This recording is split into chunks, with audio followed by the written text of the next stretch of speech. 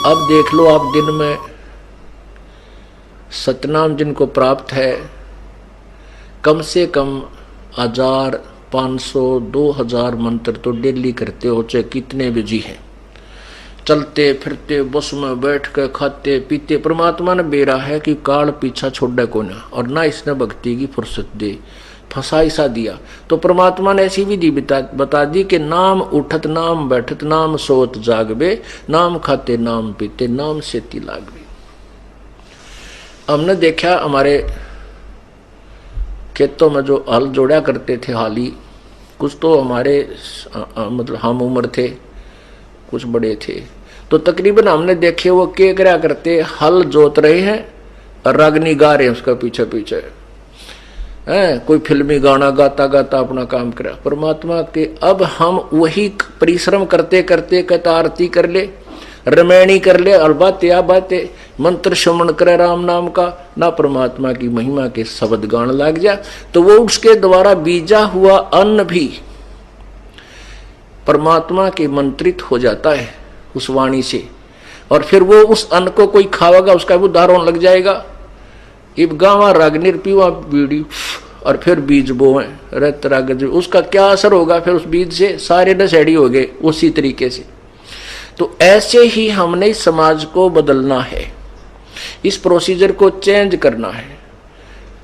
किसान मजदूर मजदूरी कर रहा है, अपना सिमरण करे, और सिमरण तो मन हट जाता, फिर अपना भगवान की 2-4 जो भी वाणी याद आ हुआ है गान लाग जा, फिर उस वाणी तो छिक ले, तो फिर सिमरण पर ला दे, फिर रमैणी करने लाग जा, फिर शाम की आरती कर ले, चाहे काम करते करते मजदूरी करते करते आरती कर ले, रोटी पोते पोते कर ले, बर्तन साफ करते करते कर लो, क्योंकि वो तो आत्मा से करनी होती है।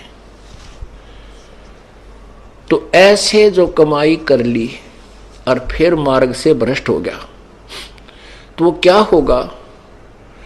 अब ब्रह्म जैसे श्वास के सिमरण की कितनी कमाई, फिर एक ओम नाम के मंत्र की कितनी कमाई हो जाएगी जो सतनाम के अंदर है। तो उस ओम नाम की कमाई जो जिसकी अत्यधिक है और रह गया यही काल के जाल में, तो काल उनको सिलेक्ट कर लेता है। उनको इसने एक ब्रह्मांड में नकली कंस्ट्रक्शन करवा रखी है, नकली सतलोक, नकली अलखलोक, नकली अगम और नकली अनामी लोग उनमें रखता है।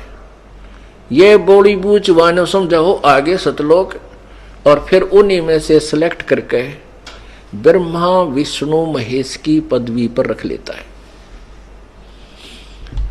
और जो दूसरे मंत्र का है उसी के आधार वो कमाई फिर उनको वो तो ब्रह्मलोक में खत्म करवा दी ओम आड़ी तय, और फिर उसको उस जो दूसरा मंत्र है जो हमने आगे चलकर ऋण देना था उस पर ब्रह्म के लोक से पार करने के लिए, उस सतनाम के दूसरे मंत्र की कमाई से ब्रह्मा विष्णु महेश और ऊंचे ऊंचे धर्मराज आदि की पदवी दे देता है। कमाई इनने की वह जो कबीर परमात्मा की शरण में किसी समय की हुई होती है, वही फिर कोई ऋषि बन जाता है, कोई देवता बन जाता है, वो होती तो उनकी पिछली कमाई है भक्ति की, लेकिन उस समय जो वो डरेड होते हैं उससे केवल सिद्धियां आ जाती हैं। जो तप करते हैं और किसी मंत्र का जाप करके वो सिद्धियां प्राप्त करते हैं, मोक्ष की कमाई नहीं होती उनकी। तो इस प्रकार ये काल का भयंकर जाल है। तो कहने का भाव ये है कि आप ये नहीं कि नाम ले लिया और सार नाम ले लिया और पार हो गए, नहीं। अब तो आप भगत बने हो, अंतिम श्वास तक प्रभु के चरणों में गिरे रहना पड़ेगा, पड़ा रहना होगा। कहते हैं पाकी खेती देख कर गर्भियो मत किसाने, अब हु झोले बहुत हैं घर आले तब जाने।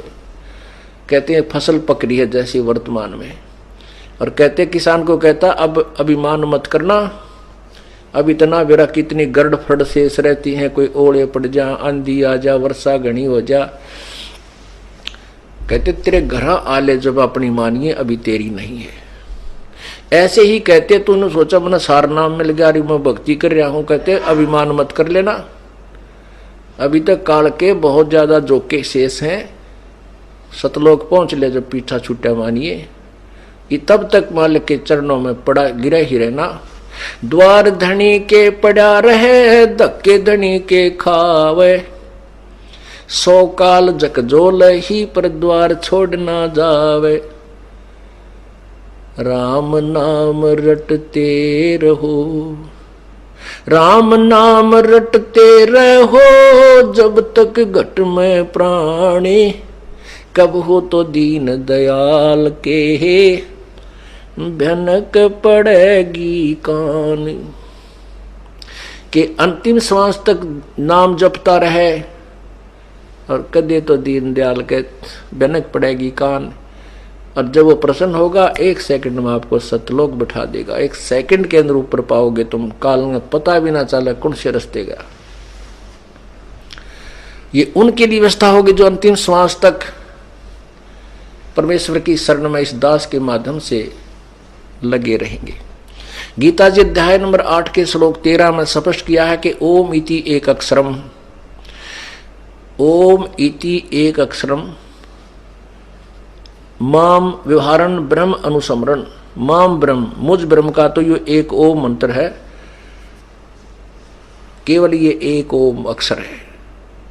उच्चारण करके सुमरण करने का यह पर्याति तजन देहम सयाति परमाम गतिम, जो अंतिम सांस तक प्राण त्यागने तक इसका सिमरण करता है वो परम गति को प्राप्त होता है। काल कहता वो मेरे वाली परम गति को प्राप्त होता है।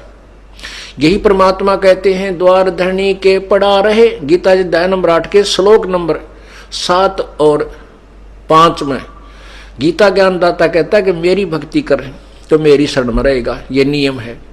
फिर ये नियम है कि उस भगवान की भक्ति करेगा, परम दिव्य पुरुष परमेश्वर की, उस पूर्ण ब्रह्म की तत्वदर्शी संत से लेकर के, तो उसकी शरण में उस भक्ति के कारण ही वहां जाएगा, उस भक्ति बल से वहां जाएगा, यानी उस परमात्मा उस कमाई के कारण ही तो सतलोक उसके पास जाएगा।